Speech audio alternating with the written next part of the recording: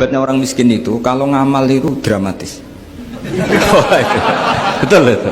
Jadi makanya kenapa Nabi suka orang miskin. Loh, saya pernah ditanya, saya ini punya teman yang kaya raya. Dia biasa ngamal 1 miliar, 2 miliar. Dia nggak terima sama fatwa saya, Gus kenapa Anda masih muji orang miskin? Ngamalnya tuh banyak saya sekali ngamal bisa 1 miliar, setengah miliar. Tapi kata saya, ngamal kamu itu tidak dramatis, nggak seru kata saya. Terus dia tanya, kok bisa Gus? Dia orang kaya, paling ngamal 1 miliar untuk bangun masjid, 1 miliar, setengah miliar bangun pondok, setengah miliar. Tapi kalau orang miskin, misalnya tukang becak, orang miskin kan pasti kawannya orang miskin. Kan nggak mungkin orang miskin utang Abu Rizal Bakri, utang Yusuf Kala, kan nggak mungkin. Kenal saja ndak. Orang miskin kan utangnya sesama orang miskin. Itu pasti itu kan hukum sosial itu. Nah ternyata itu hari itu anaknya ndak makan, hari itu istrinya mau kelahiran. Utang sesama miskin, diutangi 50.000. Tapi uang ini dramatis. Kalau hari itu nggak makan mati. Artinya apa? Ada orang amal 1 miliar untuk bangunan, kadang aksesoris, yang satu ngutangi 50.000 tapi taruhannya nyawa. Nah sekarang menyelamatkan nyawa sama bangunan keren mana? Maka berbahagialah orang miskin karena komunitas mereka ini utang piutang urusan apa? Nyawa. Jadi ini lebih dramatis, lebih dramatis, lebih keren.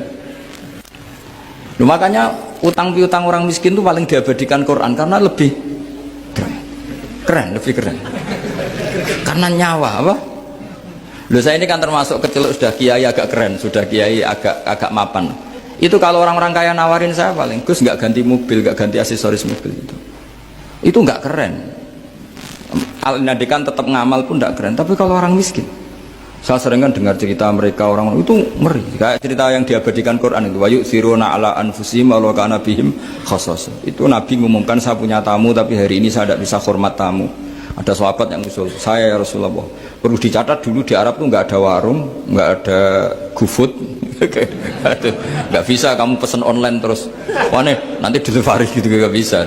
Nah terus akhirnya datang ke rumahnya, datang istri saya ada makanan tidak ada hanya untuk jatahnya bayi. Terus ya sudah, bayinya kamu tidurkan supaya jatah itu dimakan tamunya Rasulullah. Sehingga pagi-pagi dia datang ke Nabi, kamu punya amal apa? Sehingga tadi malam ada ayat wa yu'thiruna ala anfusihim walau kana bihim khassasah. Mereka mengalahkan kepentingan dirinya sendiri meskipun punya kepentingan sendiri demi tamu tadi. Terus cerita dia, kita tamu tadi malam ya Rasulullah, yang saya sanggup menghormat, sebenarnya saya tidak punya apa-apa, hanya jatah bayi.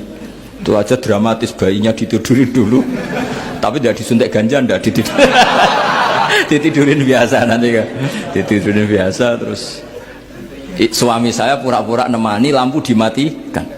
Nah mungkin tamunya saking laparnya gak penting mikir itu, yang penting makan aja. Jadi maka sebetulnya orang-orang miskin itu tidak usah hiru, wah itu orang kaya bisa ngamal masjid 1 miliar, 2 miliar. Tetap ngamalnya ini sesuatu yang tidak mendesak. Tapi sesama orang miskin, kalau temannya minta tolong itu mesti dramatis. Istri mau kelahiran, kematian, kelaparan. Wah yang diselamatkan itu seru semua.